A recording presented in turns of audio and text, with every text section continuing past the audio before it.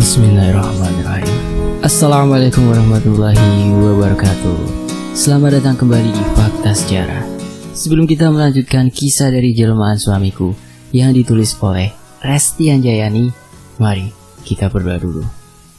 A'udzu bikalimat Bismillahirrahmanirrahim.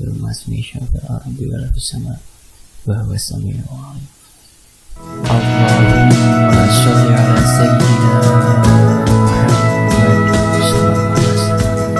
India bagian berikutnya.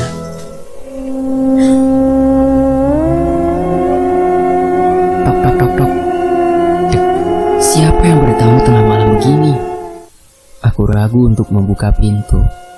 Takut itu maling atau orang jahat. Jadi aku memutuskan untuk diam. Tok tok tok tok. Suara ketukan pintu terdengar lagi.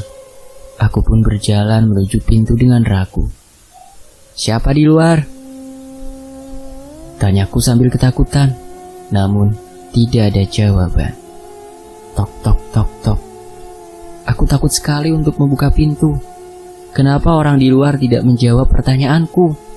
Aku pun berinisiatif untuk melihatnya di jendela. Dengan ragu aku pun membuka jendela. Rasanya jantungku mau copot. Ternyata dia menghadap ke belakang. Dari postur tubuhnya sepertinya dia Mas Rian. Kenapa dia pulang tengah malam lagi? Mas Rian? Aku pun membuka pintu. Kamu pulang, Mas? Tanyaku. Dia hanya diam lalu masuk ke dalam rumah. Mas, kenapa handphonenya kamu gak aktif sih? Tanyaku kembali. Dia hanya diam lagi lalu menarik tanganku ke dalam kamar lalu membuka bajunya seperti orang yang hendak memperkosa dengan paksa tanpa basa-basi. Entahlah, kenapa dia jadi seperti itu? Dia menidih tubuhku. Rasanya sesak dan berat sekali hingga membuatku sulit bernafas. Padahal tubuhnya tidak gemuk, bahkan cenderung kurus tinggi. Entah apa yang merasukinya. Lepaskan aku, Mas, kataku terbata-bata. Tiba-tiba saja Giska menangis kencang sekali. Aku pun berusaha melepaskan diri dari Mas Rian. Giska terus menangis seperti tahu apa yang dialami ibunya. Aku terus berusaha mendorong tubuh Mas Rian. Ya Allah, tolonglah hamba-Mu ini. Kekuatan apakah ini? Kenapa suamiku jadi seperti ini? Kataku di dalam hati. Dia jadi seperti manusia yang tidak berperasaan ketika kami berhubungan. Padahal dulu dia tidak begini. Tangisan Giska semakin kencang membuatku terenyuh. Bismillahirrahmanirrahim. Aku pun mendorong dengan sekuat tenaga hingga akhirnya dia melepaskanku. Dia menatapku penuh amarah. Mas, maafkan aku. Itu Giska nangis, aku gak tega, kataku yang langsung mengambil Giska. Rasanya dadaku hampir meledak menahan nafas tadi. Dia pun pergi meninggalkan kamar dengan amarah di wajahnya. Tanpa berkata sedikit pun, aku pun langsung menggendong Giska, lalu memeluknya dan kuberi ASI. Terima kasih, Nak. Kamu telah menyelamatkan ibu, kataku di dalam hati. Akhirnya Giska pun tertidur. Aku benar-benar takut untuk bertemu dengan Mas Rian. Dia seperti bukan suamiku yang aku kenal, yang penyayang dan penyabar. Dia sekarang bagaikan monster yang menakutkan. Ada apa dengan suamiku? Setelah aku menidurkan Giska, aku pun memanggil Mas Rian karena takut kalau dia marah. Mas Rian? Aku mencarinya namun tidak ada. Menghilang. Apa mungkin dia marah padaku karena kejadian tadi? Akhir-akhir ini dia memang sering datang dan menghilang dengan tiba-tiba. Aku mencarinya ke seluruh penjuru rumah, namun tidak kutemukan. Apa mungkin dia berangkat lagi? Mas, kamu di mana? Meskipun takut, aku tetap mencarinya. Karena bagaimanapun dia suamiku. Meskipun sekarang berubah aneh. Aku sudah mencarinya namun tidak kutemukan. Ponselnya pun masih belum aktif. Aku jadi semakin bingung dengan sikapnya sekarang. Aku pun memutuskan untuk kembali ke dalam rumah dan menemani Giska tidur. Terdengar suara tangisan Giska. Ternyata ini sudah siang. Tadi malam aku tertidur di luar kamar. Ketika aku hendak bangun dan berjalan, tiba-tiba saja aku terjatuh kembali. semua badanku sakit. Mungkin karena kejadian semalam. Aku pun merangkak ke kamar untuk menghampiri Giska. Namun sepertinya aku tidak kuat. Aku pun memutuskan untuk menghubungi Bu Vina, tetanggaku, untuk meminta bantuan mengurus Giska karena hanya Bu Vina lah yang bisa membantuku saat ini. Aku pun menelpon Bu Vina. Assalamualaikum Bu Vina. Syukurlah Bu Vina mengangkat teleponku. Waalaikumsalam. Iya Put, ada apa? Tumben nelpon, tanya Bu Vina. Iya ini Bu, Putri bisa minta tolong gak? Ini Putri sakit Bu, tidak bisa ngapa-ngapain di rumah. Giska nangis terus. Tolong Putri Bu, kataku. Iya Put, sebentar Ibu kesana sekarang, kata Bu Vina terdengar khawatir. Beberapa saat kemudian, Assalamualaikum Put, ini Ibu, kata Bu Vina. Waalaikumsalam, masuk saja Bu, pintunya tidak dikunci, kataku. Bu Vina pun masuk ke dalam rumah dan kaget melihatku tergeletak menahan sakit. Astagfirullah Put, kamu kenapa? Bu Vina langsung membantuku berbaring di tempat tidur. Lalu dia menggendong Giska. Gak tahu Bu, badan saya rasanya sakit semua, kataku meringis. Ya sudah, kamu berbaring dulu biar Ibu panggilkan dokter ke sini, kata Bu Vina. Terima kasih banyak Bu, Ibu sudah kesini membantu saya. Maaf saya sudah merepotkan, kataku malu. Kamu gak usah sungkan Put, kita ini kan tetangga. Anggap saja Ibu ini saudara kamu, kata Bu Vina. Bu Vina pun menelpon suaminya dan menyuruhnya agar membawa dokter untuk memeriksaku di sini. Ingin rasanya aku ceritakan semua masalahku ke Bu Vina, tapi aku malu. Sebenarnya kamu sakit apa sih Put? Tanya Bu Vina. Enggak kok Bu, Putri cuma kecapean saja, kataku berbohong. Masa sampai begini? Ayo, periksa itu, muka kamu pucat.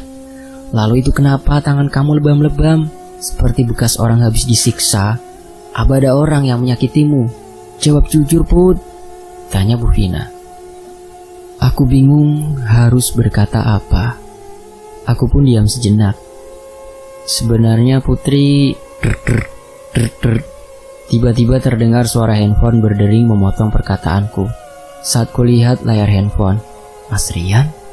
Put, kenapa kamu kayak kaget gitu? Memangnya siapa yang menelpon? Tanya Bu Vina. Pertanyaan Bu Vina membuyarkan lamunanku.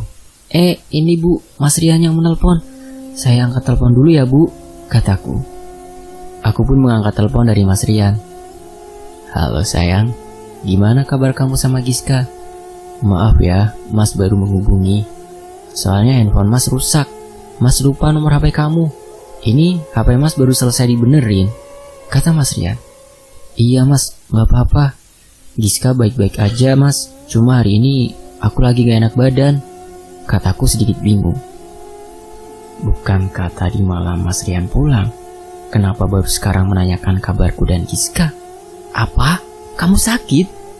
Cepat periksa sama minum obat ya. Maaf ya sayang, bulan kemarin Mas belum bisa pulang karena teman Mas sakit. Jadi Mas gak bisa cuti, harus gantiin kerjaan dia dulu. Mas janji seminggu lagi Mas bakalan pulang. Sabar ya sayang, kata Mas Rian. Bukankah dia akhir-akhir ini sering pulang? Bahkan tadi malam dia pulang. Aku bingung sebenarnya apa yang dia katakan. Halo? Halo? Halo sayang, kok kamu diem aja? Kamu marah ya? Maafin Mas ya, sudah hampir sebulan ini Mas gak pulang. Bahkan kemarin-kemarin gak sempat kasih kabar. Mas janji bakalan segera pulang, katanya dengan nada serius. Iya Mas, gak apa-apa kok. Kamu cepat pulang ya, kataku yang masih bingung. Rasanya tidak sabar ingin segera bertemu dengannya dan menanyakan semua kejadian kemarin dengan jelas. Ya sudah, jaga diri kamu baik-baik. Mas tutup dulu teleponnya, nanti Mas hubungi lagi ya, kata Mas Rian. Dia pun menutup teleponnya, sementara aku masih di posisi kebingungan. Sebenarnya, apa yang terjadi? Kepalaku semakin pusing memikirkan apa yang terjadi. Apa Mas Rian bercanda di telepon mengatakan kalau dia belum pulang? Padahal baru saja semalam dia pulang dan menghilang begitu saja. Aku ingin cepat-cepat bertemu dengannya lagi untuk menanyakannya secara langsung. Karena firasatku ada sesuatu yang tidak beres. Put, gimana kata Rian? Apa dia mau pulang? Ibu gak tega melihat keadaan kamu begini, kata Bu Vina penuh rasa iba. Mas Rian pulang seminggu lagi, Bu. Soalnya temannya sakit. Dia gak bisa meminta cuti sekarang-sekarang, jawabku. Lebih baik kamu tinggal di rumah ibu saja dulu ya, sampai kamu sehat. Ibu gak tega ninggalin kamu dan Giska sendiri, kata Bu Vina. Terima kasih banyak, Bu. Ibu sudah baik banget sama saya.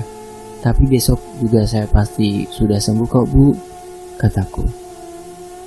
Aku tidak enak kalau harus menginap di rumah Bu Vina. Ya sudah kalau gitu, kamu istirahat saja sekarang. Biar Giska ibu bawa dulu ke rumah ibu. Nanti besok kalau kamu udah sembuh, ibu balikin ya, kata Bu Vina. Sekali lagi terima kasih banyak, Bu. Saya titip dulu Giska ya, kataku. Assalamualaikum. Terdengar di luar ada suara orang mengucapkan salam. Bu Vina pun membukakan pintu. Ternyata yang datang adalah suami Bu Vina dan seorang dokter. Aku merasa celanaku sangat basah. Ketika kulihat ternyata ada darah yang mengalir di celanaku. Aku panik dan dokter langsung memeriksaku. Sepertinya ibu mengalami pendarahan. Maaf, apa ibu sedang menstruasi? Tanya dokter. Kemarin sih saya sedang tidak menstruasi, Dok, jawabku. Apa yang ibu rasakan saat ini? Tanya dokter. Badan saya terasa sakit semua, Dok, dan rasanya lemas sekali. Hanya itu saja, jawabku. Saya pikir itu memang darah menstruasi. Kecuali kalau ibu sedang hamil. Mungkin saja itu pendarahan. Tapi pasti perut ibu bakalan terasa sakit sekali kalau pendarahan, kata dokter. Iya, Dok, saya pikir juga begitu, kataku. Ini saya berikan beberapa obat. Ibu minum ya semuanya 3 kali sehari, kata dokter. Setelah memberikan obat dan membayarnya, dokter pun pulang. Put, kalau kamu nanti butuh sesuatu, kamu hubungi ibu saja, gak usah sungkan. Ibu pulang dulu ya, sekalian mau masak, pasti kamu belum makan. Bu Vina pun pergi sambil menggendong Giska. Aku masih saja kepikiran dengan perkataan Mas Rian tadi bahwa dia belum pulang sama sekali sebulan belakangan ini. Lalu, kalau itu benar, siapa yang kemarin kesini dan tidur bersama aku? Tiba-tiba saja teleponku berdering kembali. Kulihat ternyata bapak menelpon. Aku pun mengangkatnya. Halo, assalamualaikum Pak. Waalaikumsalam. Put, gimana kabar kamu sama Giska? Tanya bapak. Kami baik-baik saja, Pak. Gimana keadaan bapak sama semua orang di rumah? Kataku berbohong. Kami semua baik. Bapak menelpon kamu karena kepikiran kamu terus akhir-akhir ini. Kamu gak apa-apa beneran kan? Tanya bapak. Ternyata bapak sudah mempunyai firasat. Apa yang harus aku katakan? Haruskah aku berkata sejujurnya? Aku pun memutuskan untuk memendam semuanya. Aku tidak ingin keluargaku mengkhawatirkanku dengan kejadian yang tidak masuk akal ini. Malam ini, aku di rumah sendiri. Giska masih berada di rumah Bu Vina. Ada perasaan takut yang menyelimuti. Bagaimana kalau Mas Rian yang aneh datang lagi tengah malam ini? Apa yang harus aku lakukan? Aku benar-benar takut. Buak! Terdengar suara seperti orang membanting pintu. Jangan-jangan dia datang lagi. Aku pun menenggelamkan badanku masuk ke dalam selimut. Lalu terdengar suara sayup-sayup memanggil namaku. Putri, Putri. Aku semakin gemetaran. Kurai ponselku lalu menghubungi Mas Rian. Syukurlah dia mengangkat teleponku. Halo Mas, kamu lagi ngapain? Tanyaku. Iya sayang, ini Mas lagi istirahat. Kok malam-malam gini nelpon? Ada apa? Kamu kan lagi sakit, sebaiknya kamu tidur, jawab Mas Rian. Bentar saja Mas, aku belum ngantuk. Kamu cepat pulang dong, kataku merengek. Iya sayang, Mas besok pulang. Lagian Mas juga sudah kangen pengen ketemu istri Mas yang cantik, kata Mas Rian menggodaku. Inilah suamiku yang ku kenal, selalu penyayang dan hangat. Tapi bukankah dia sudah pulang berkali-kali? Nanti saja ku tanyakan kalau dia sudah datang. Mas, kalau pulang ke sini jangan nyampainya tengah malam ya, kataku memancing jawabannya. Ya enggak lah, kan Mas selalu nyampe siang. Mas kan selalu berangkat pagi banget dari sini, jawab Mas Rian. Aku semakin takut mendengarnya. Lalu kemarin siapa? Sayang, sebaiknya sekarang kamu tidur, biar kamu cepat sembuh, kata Mas Rian. Aku pun menurut dan menutup teleponnya, karena takut mengganggu istirahat Mas Rian. Malam ini aku tak bisa tidur, hanya berguling ke kanan ke kiri. Mataku sudah ngantuk, tapi takut memejamkan mata. Waktu sudah pukul 3.40 dini hari. Tanpa sengaja aku tertidur, lalu aku bermimpi. Mas Rian menyetubuhiku, tapi ketika kuliah di cermin, laki-laki itu berubah menjadi sosok yang menyeramkan. Matanya melotot, kuku-kukunya panjang, berbulu lebat dan bertaring, lalu dia menyeringai. Aku berusaha melepaskan diri. Meskipun menyeramkan, tapi sosok itu seperti tidak asing. Entah untuk keberapa kalinya, aku bermimpi disetubuhi baik oleh Mas Rian atau sosok-sosok menyeramkan yang tidak aku kenal. Tok tok tok tok tok. Suara ketukan pintu membangunkanku dari mimpiku. Kulihat sinar matahari sudah mulai bersinar. Cahayanya menembus celah-celah kaca di kamarku. Ternyata hari sudah siang. Assalamualaikum, Put. Waalaikumsalam, Bu. Aku pun membuka pintu. Hari ini aku pun mulai bisa berjalan lagi. Gimana, Put? Udah mendingan? Tanya Bu Pina sambil menggendong Giska dan menenteng makanan. Sudah mendingan, Bu. Makasih banyak ya, Bu. Ibu semalam udah merawat Giska, kataku. Iya, sama-sama, Put. Put, Rian masih tidur ya? Tanya Bu Pina. Tidur? Mas Rian belum pulang, Bu. Jawabku sedikit heran. Kenapa Bu Pina bertanya seperti itu? Kamu jangan bercanda, Put. Tadi malam waktu ibu lewat rumahmu, ibu lihat Rian ada di depan rumah kamu, lalu masuk ke dalam rumah. Mukanya juga pucat. Ibu pikir dia capek pulang dari luar kota, kata Bu Pina. Apalagi ini ya Tuhan, aku semakin takut. Tapi Bu, Mas Rian belum pulang. Dia baru mau pulang hari ini, kataku. Astagfirullah. Lalu yang kemarin ibu lihat siapa? Ibu jadi takut, Put, kata Bu Pina. Iya Bu, Putri juga takut, kataku yang mulai merasa ada yang janggal. Akhirnya, aku ceritakan semua kejadian aneh yang aku alami kepada Bu Pina tentang kedatangan Mas Rian tengah malam dan semua keanehan yang terjadi. Bu Pina pun bergidik ngeri mendengarnya, seakan tidak percaya dengan apa yang aku ceritakan. Semuanya memang tidak masuk akal. Masa sih, Put? Apa jangan-jangan ada jin yang menyamar jadi Rian? Ibu pernah dengar, katanya ada makhluk yang bernama genderuwo yang sering menyerupai manusia dan menggauli wanita, kata Bu Pina yang membuatku semakin ketakutan. Gak tahu Bu, Putri takut. Putri harus bagaimana sekarang? Kataku panik. Kamu tenang dulu ya. Hari ini kan Rian bakalan pulang. Sebaiknya kamu tanyakan pada Rian mengenai kejadian ini, saran Bu Pina.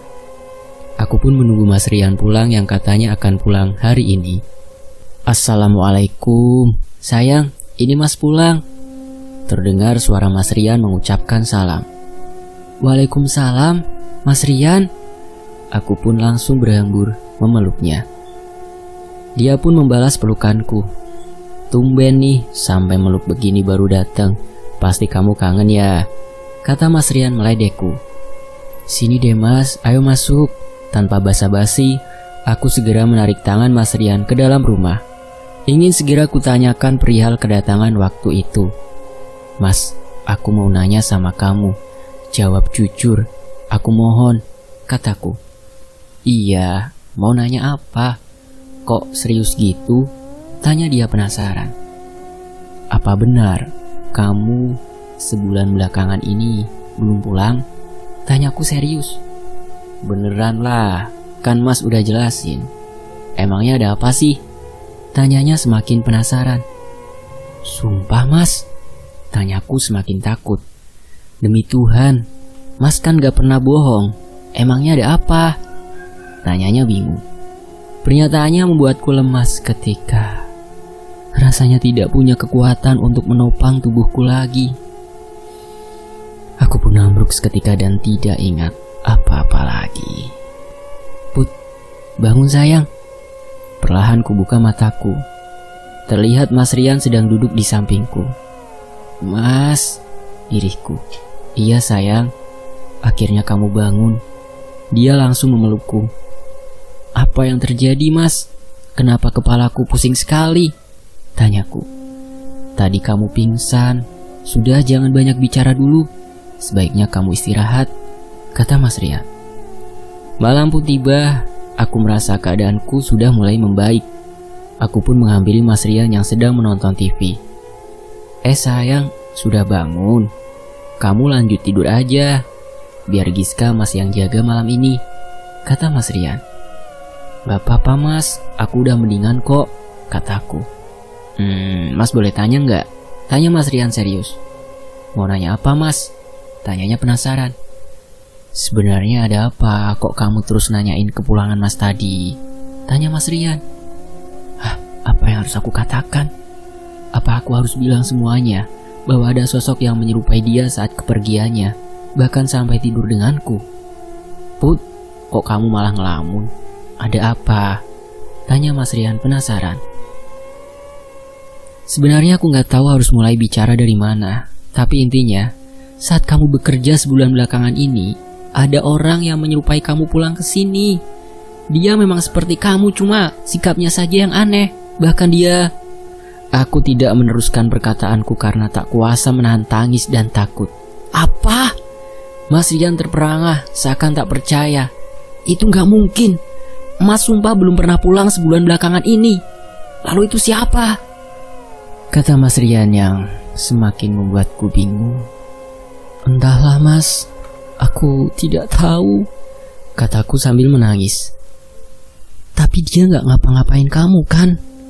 Lalu apa saja yang dia lakukan? Tanya Mas Rian semakin penasaran. Aku hanya diam membisu, tidak mengerti dengan semua yang terjadi. Tiba-tiba bau amis dan anyir itu datang lagi menyeruak menusuk hidung. Kamu cium gak sih Put? Ini bau apa? Tanya Mas Rian mengalihkan pembicaraan. Dia, apakah dia datang lagi? Kataku dalam hati. Karena setiap Mas Rian yang selalu datang tengah malam datang, itu awalnya selalu tercium bau seperti ini. Aku mulai ketakutan. Entahlah Mas, akhir-akhir ini di rumah ini sering tercium bau busuk seperti ini, kataku. Mas Rian mencari-cari sumber bau itu dari mana, tapi tidak ketemu juga.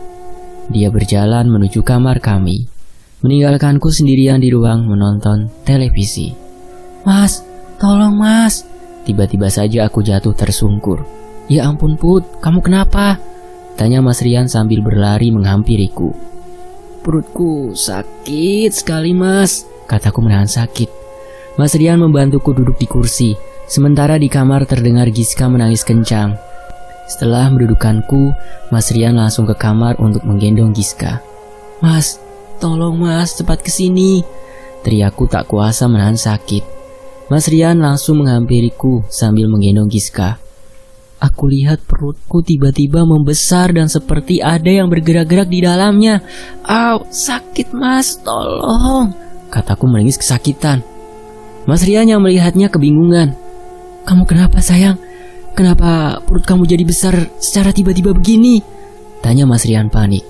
Sementara Giska masih terus menangis membuat suasana semakin tak terkendali. Nggak tahu Mas, coba hubungi Bu Vina untuk minta tolong. Mas Rian pun menelpon Bu Vina. Entah apa yang mereka bicarakan. Kulihat Giska masih tidak mau berhenti menangis.